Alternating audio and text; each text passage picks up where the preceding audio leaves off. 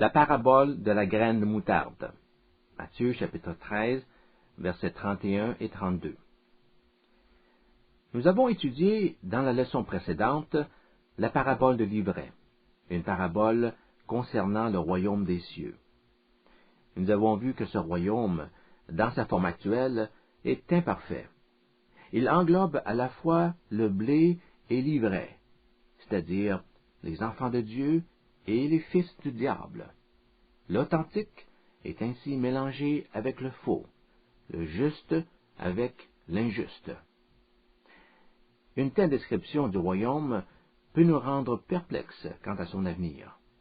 À la limite, il se peut que le chrétien se laisse aller au découragement lorsqu'il voit comment l'ivraie affaiblit subtilement la foi des vrais croyants et amène le déshonneur sur l'Église.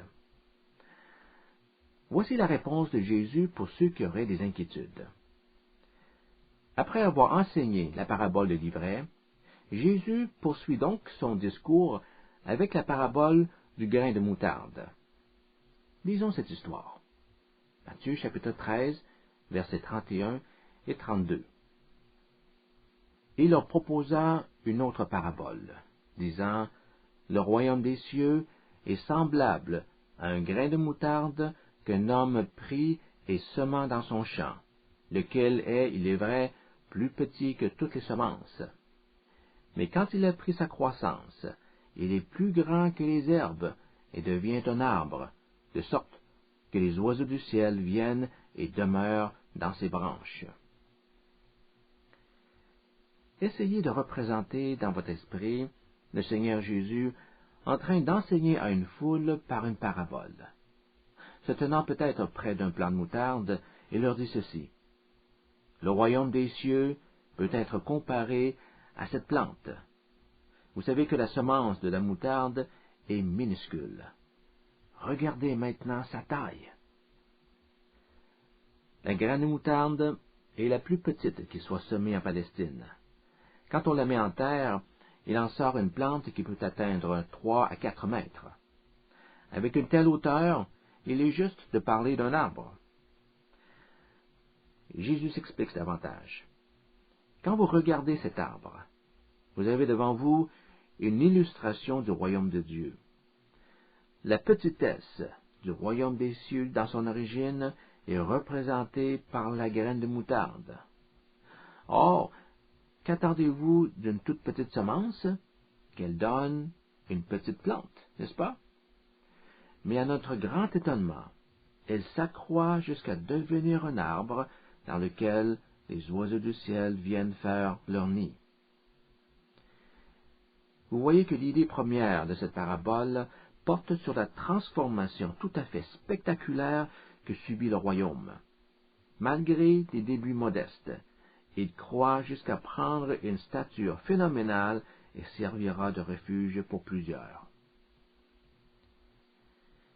Dans plusieurs de ces paraboles, le Seigneur Jésus s'est servi de l'image d'une graine pour illustrer la transformation spirituelle qui doit se produire à l'intérieur du royaume de Dieu.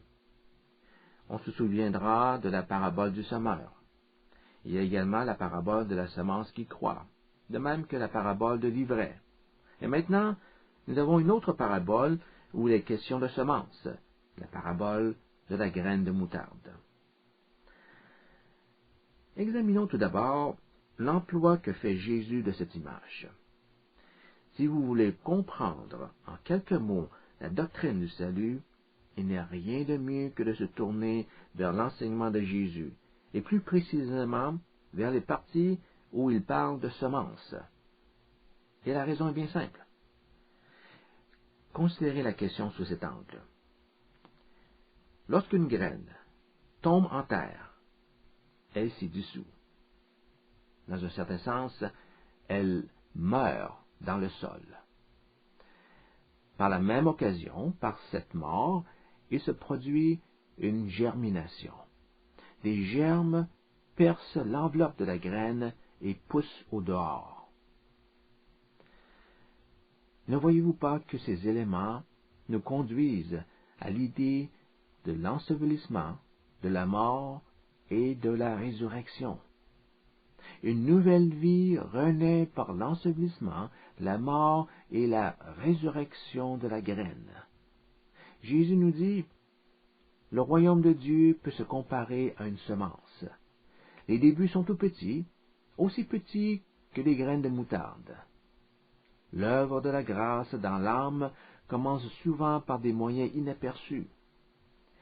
Une fois semée dans le sol, on ne voit plus la graine. Elle meurt. Elle se désintègre au lieu de son enterrement. Mais après quelque temps, elle revient à la vie. Elle germe et grandit. Elle réapparaît à la surface du sol. De façon similaire, Jésus a été mis à mort. On l'a enterré. Il semblait nous avoir quittés pour toujours, mais contre toute attente, il est revenu à la vie pour le salut du monde. Maintenant, qu'est-ce qui se produit lorsque la semence continue à croître? Plus tard dans la saison, elle portera des fruits. Elle reproduira de nombreux autres grains de son espèce. C'est ce que Jésus nous enseigne en Jean chapitre 12, verset 24. Si le grain de blé qui est tombé en terre ne meurt, il reste seul. Mais s'il meurt, il porte beaucoup de fruits. Toute semence jetée en terre doit d'abord mourir avant de revivre, et ensuite donner naissance à beaucoup d'autres semences.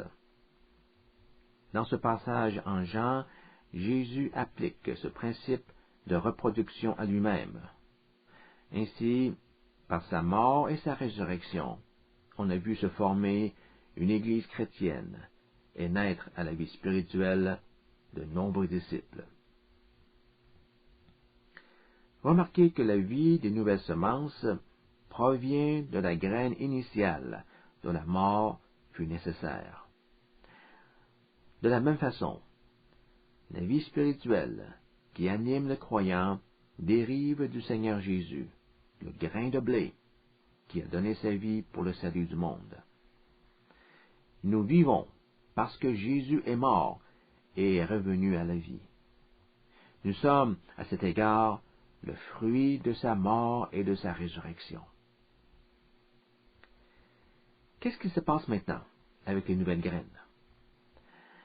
Elles ne resteront pas oisives. Bientôt, elles seront ensemencées. Et à leur tour, elles se décomposeront dans la terre.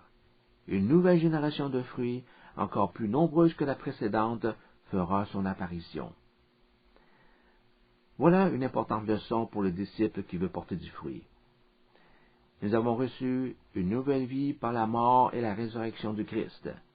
Nous devons maintenant le suivre en devenant comme lui un grain de blé, et en mourant, nous donnerons naissance à d'autres disciples. Ce point est clairement énoncé au verset suivant, en Jean chapitre 12, verset 25. Celui qui aime sa vie la perdra, et celui qui hait sa vie dans ce monde la conservera pour la vie éternelle. Ces paroles sont l'application à tous les chrétiens du principe par la mort à la vie. Jésus annonce que ceux dont la vieille nature pécheresse a été mise à mort porteront du fruit pour lui et vivront éternellement. Ce principe du royaume de Dieu est d'une importance capitale. Il revient fréquemment dans les discours de Jésus.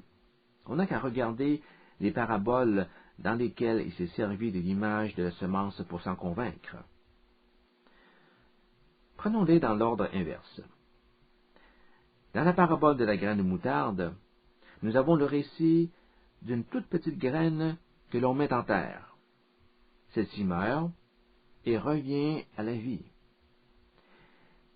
Ici, la graine de moutarde est directement reliée au Seigneur Jésus, puisque le royaume de Dieu est réalisé dans la personne du Christ. Il est la personnification même du règne de Dieu. Cette parabole ne décrit pas à proprement parler une situation particulière à l'intérieur du royaume de Dieu. Son but est plutôt de montrer la grandeur du développement de ce royaume. Et ce royaume est devenu une réalité concrète de ce monde par la croix de Jésus, à travers sa mort et sa résurrection. Dans la parabole précédente, la parabole de l'ivraie, le royaume de Dieu est comparé à un homme ayant semé de la bonne semence dans son champ. Nous avons vu que la bonne semence représente les fils du royaume, les vrais enfants de Dieu. Ainsi, ayant acquis une vie nouvelle, nous avons été envoyés dans le champ, dans le monde, où nous devenons à notre tour des grains de blé. Or, ce qui était vrai pour la graine initiale l'est tout autant pour les graines subséquentes. En mourant, nous porterons du fruit pour le royaume de Dieu. C'est pourquoi, après avoir développé l'idée de la graine qui meurt en Jean chapitre 12, Jésus dit au verset suivant, « Celui qui tente de sauver sa vie la perdra. Celui qui consacre sa vie pour les autres, qui la livre à la mort comme le Seigneur a livré la sienne, la sauvera pour toujours. » Si nous refusons d'être des grains de blé qui tombent dans le sol et meurent, si nous ne mourrons pas à nous-mêmes, nous ne pourrons pas obtenir la plénitude de sa vie en nous, et nous ne porterons pas de fruits non plus. En reculant encore plus loin, nous avons la parabole du semeur. Dans ce cas-ci, le grain symbolise la parole de Dieu. Cette parole divine a été semée dans mon cœur. Je deviens alors un enfant de Dieu qui sera ensuite semé dans le monde pour se consacrer à des œuvres saintes. Nous retrouvons ici le même enseignement. C'est en donnant sa vie qu'une graine se multiplie.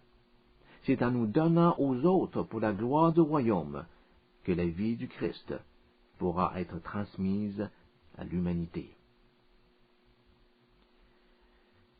Toutes ces paraboles montrent que le chrétien authentique porte en lui la vie du Christ ressuscité.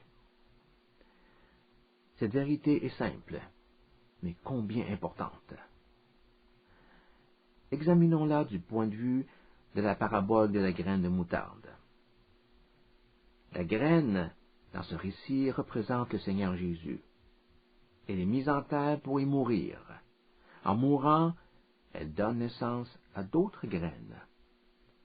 La vie qui anime ces nouvelles graines découle donc de la mort et de la résurrection de la graine initiale, c'est-à-dire Christ lui-même. Nous voyons par cette illustration que tout croyant vit par la vie du Christ en lui. Quelle est la conséquence d'une telle présence en nous? En Christ, nous dit l'apôtre Paul, nous devenons une nouvelle créature. 2 Corinthiens chapitre 5 verset 17. Dieu opère en nous, par son esprit, une nouvelle naissance, par laquelle notre nature pécheresse devient une nouvelle création. Il s'agit plus qu'une réforme extérieure. Une vie entièrement nouvelle se forme en nous, faisant en sorte que tous les aspects de notre personne, notre caractère, notre conduite et nos pensées sont radicalement changés. Tel est le résultat d'avoir la présence du Christ habiter dans notre cœur. Notez cet autre point. Examinez de près une graine.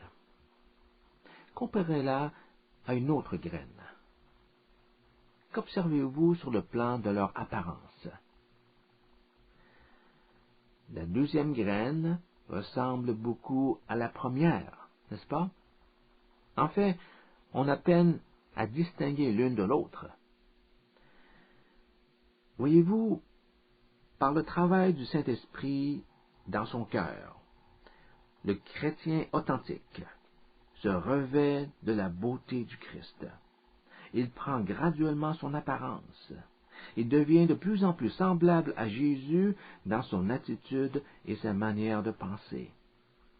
Paul écrit en 2 Corinthiens chapitre 3, verset 18, que nous sommes transformés avec une gloire sans cesse grandissante pour être semblables au Seigneur. Ainsi, à mesure que nous nous appliquons à connaître Jésus et à l'adorer, nous lui devenons peu à peu semblables, de sorte que notre vie brillera de la gloire de Christ. Ceci étant expliqué, on comprend maintenant pourquoi il est question de semer les enfants de Dieu dans le monde. Nous sommes les représentants du Christ dans le monde. Nous formons le corps de Christ, dont la mission est de proclamer au monde entier le message de la réconciliation. Et le monde aura la possibilité de connaître Christ en observant sa présence en nous. Rappelez-vous de la déclaration de Paul. En Christ, nous sommes une nouvelle créature.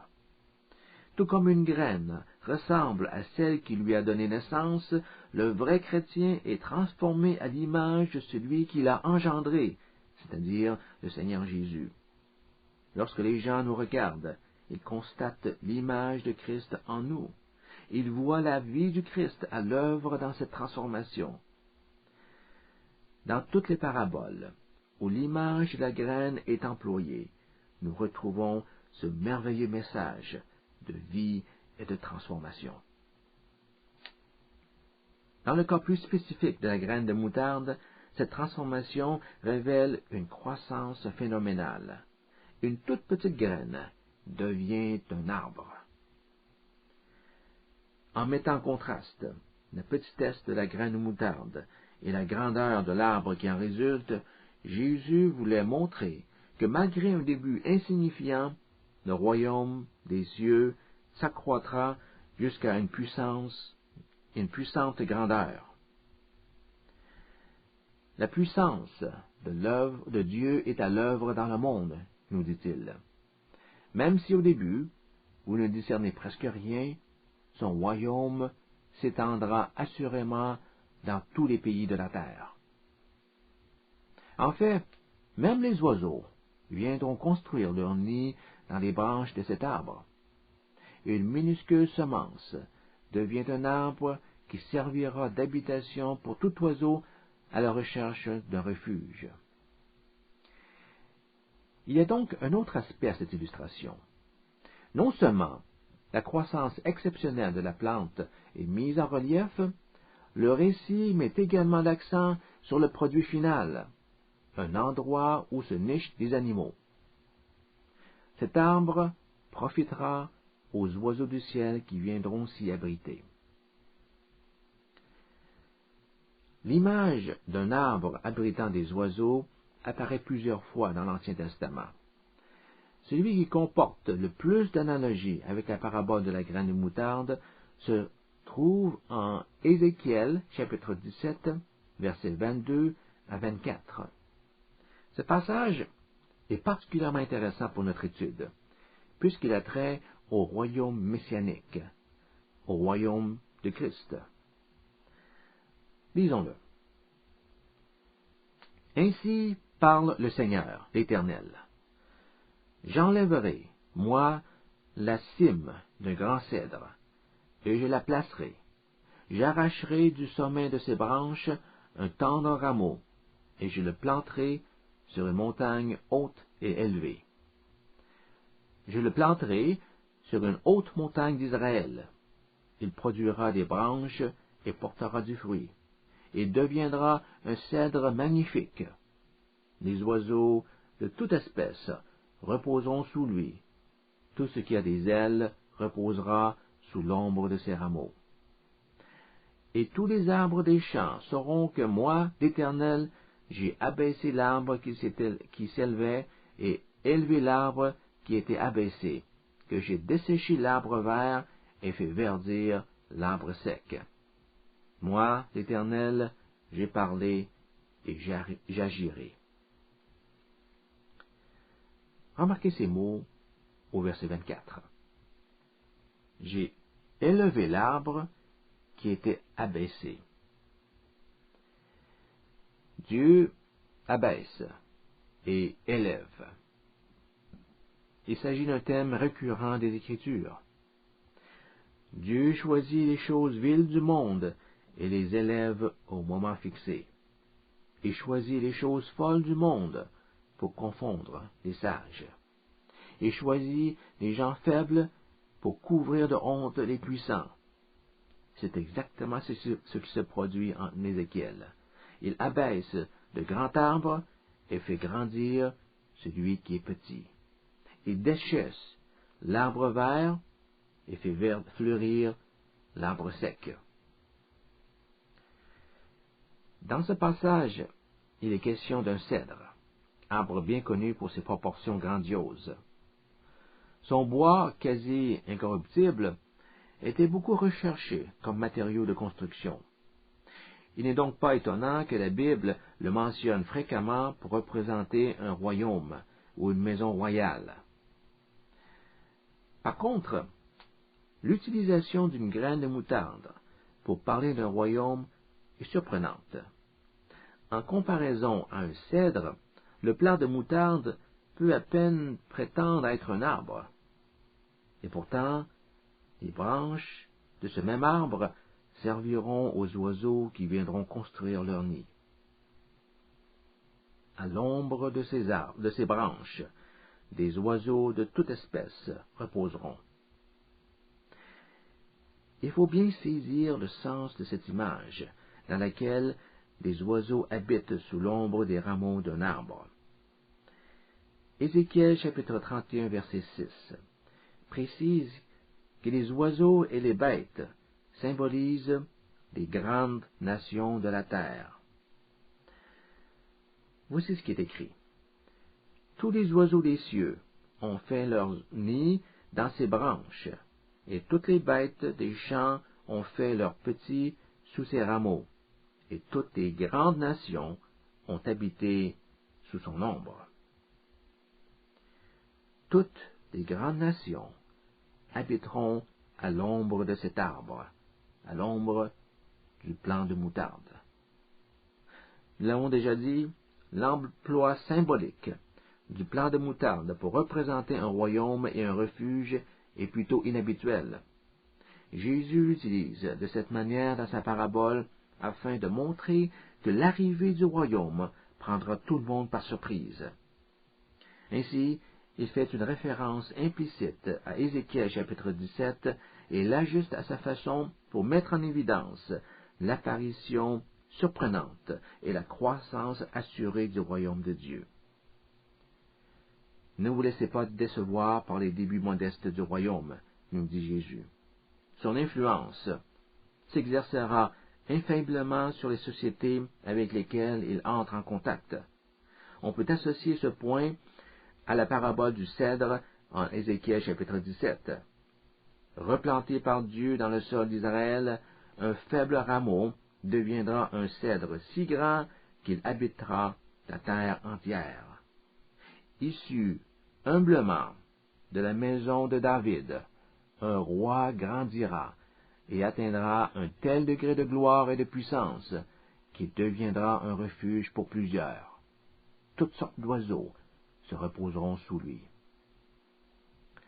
Ainsi en est-il du royaume de Dieu. Par la puissance du Saint-Esprit, la petite graine deviendra une grande Église qui se répandra dans tous les pays du monde. Petits et grands, les peuples de la terre viendront s'abriter sous la puissance de ce gouvernement spirituel. Évidemment, lorsque les disciples ont entendu ce discours pour la première fois, ils ont dû faire preuve d'une grande foi en Jésus, car il n'y avait pas encore de nation qui avait trouvé refuge sous l'ombre de ce royaume. La graine venait à peine d'être semée. Le royaume n'était qu'à l'état embryonnaire, tout petit, presque insignifiant. Les disciples n'avaient aucune preuve que le royaume de Dieu allait avoir autant d'influence dans le monde. Tout était une question de confiance dans l'enseignement du Seigneur. Nous sommes dans une position différente. Aujourd'hui, nous avons le privilège d'assister à l'accomplissement des paroles du Christ. Nous pouvons vérifier nous-mêmes la véracité de ses propos. De nombreux individus, même des peuples, autant des croyants que des non-croyants, ont joui des bienfaits du christianisme. À bien des égards, les lois et les règlements qui régissent nos sociétés sont issus de principes chrétiens. Dans l'histoire de l'homme, il y a eu des nations entières qui se sont réfugiées dans les branches de cet arbre en s'identifiant officiellement au christianisme. Cela ne signifie pas qu'elles étaient véritablement chrétiennes. Notez d'ailleurs que si le plant de moutarde représente le royaume, les branches de cet arbre sont les chrétiens. Le mot branche apparaît dans les passages où les chrétiens sont décrits comme étant unis à Jésus-Christ. En Jean chapitre 15, Jésus dit « Je suis la vigne, vous êtes les branches ». En Romains chapitre 11, les branches greffées sur un olivier symbolisent les croyants. Les oiseaux, cependant, ne font pas partie de l'arbre. Ils n'appartiennent pas au royaume de Dieu, bien qu'ils viennent s'y abriter. C'est une autre façon de dire que le royaume de Dieu deviendra si influent dans le monde que bien de sociétés viendront trouver refuge à l'ombre de ses enseignements, même si celles-ci ne reconnaissent pas nécessairement la seigneurie du Christ. Ce plant de moutarde n'a pas tout à fait atteint son plein développement. Encore aujourd'hui, il continue de croître. On peut dire en ce sens que la parabole du grain de moutarde est une prophétie. L'accomplissement final de cette parabole est encore à venir, puisque l'établissement du règne de Dieu se poursuit toujours. Quels que soient les progrès du royaume jusqu'à présent, ce n'est que lorsque Jésus reviendra sur terre qu'il sera établi de façon définitive et visible pour tous. À la fin de l'histoire, la souveraineté du Christ s'exercera partout. Toute langue proclamera alors que Jésus est le Seigneur. La domination parfaite et définitive du règne de Dieu est annoncée à plusieurs reprises dans la Bible. Dans l'Ancien Testament, on peut prendre par exemple Daniel chapitre 2 verset 35, où l'image de la petite pierre qui grandit représente le royaume messianique dont la croissance s'étend à toute la terre. On lit « Mais la pierre qui avait frappé la statue devint une grande montagne et remplit toute la terre. » La même vérité est répétée dans le Nouveau Testament, en Apocalypse, chapitre 11, verset 15. Au son de la trompette, lit-on, de fortes voix retentirent dans le ciel en clamant « Le royaume du monde est remis à notre Seigneur et à son Christ, et il régnera au siècle des siècles. » Au retour du Seigneur, toutes les nations du monde lui seront soumises. Il sera véritablement le roi des rois et le Seigneur des seigneurs, et il régnera à tout jamais. La parabole de la graine de moutarde nous demande de faire confiance aux paroles de Jésus, tout comme c'était le cas pour les premiers disciples. Car en effet, rien n'indiquait à cette époque que le mouvement chrétien allait se développer pour atteindre un tel degré d'influence dans l'histoire de l'homme. Jésus n'était qu'un simple charpentier, ayant passé presque toute sa vie dans la petite ville de Nazareth. Et cet homme ose prétendre qu'un jour, toutes les nations seront assujetties à son royaume. Comment pouvait-on croire une telle déclaration? Il n'était suivi que par une poignée d'hommes sans éducation ni influence. Les chefs de la nation, tant au niveau religieux que politique, ont rejeté ses prétentions. Comment accorder de la crédibilité à ses propos quand la plupart des leaders n'en voyaient pas l'importance? Et par surcroît, ce pauvre homme termine sa vie en étant suspendu à une croix. Son royaume? Quel royaume? Tout cela doit être le résultat de la fabulation d'un homme qui avait perdu la raison, n'est-ce pas? Et pourtant, les disciples ont cru en Jésus. À notre tour, Jésus nous demande maintenant d'accueillir sa promesse par la foi, de croire qu'à son retour, il imposera totalement son autorité au royaume de la terre. Cette parabole est une source d'encouragement pour tout chrétien. Elle annonce l'établissement d'un glorieux royaume de justice et de paix. Malgré des débuts modestes, sous le ministère de Jésus, ce royaume s'étendra un jour à toute la terre. Personne ne pourra arrêter sa progression, car il s'agit d'un ordre divin. Dieu amènera l'histoire de l'humanité à sa consommation lorsque l'Évangile aura été prêché à toutes les nations. L'arbre aura alors complété sa croissance.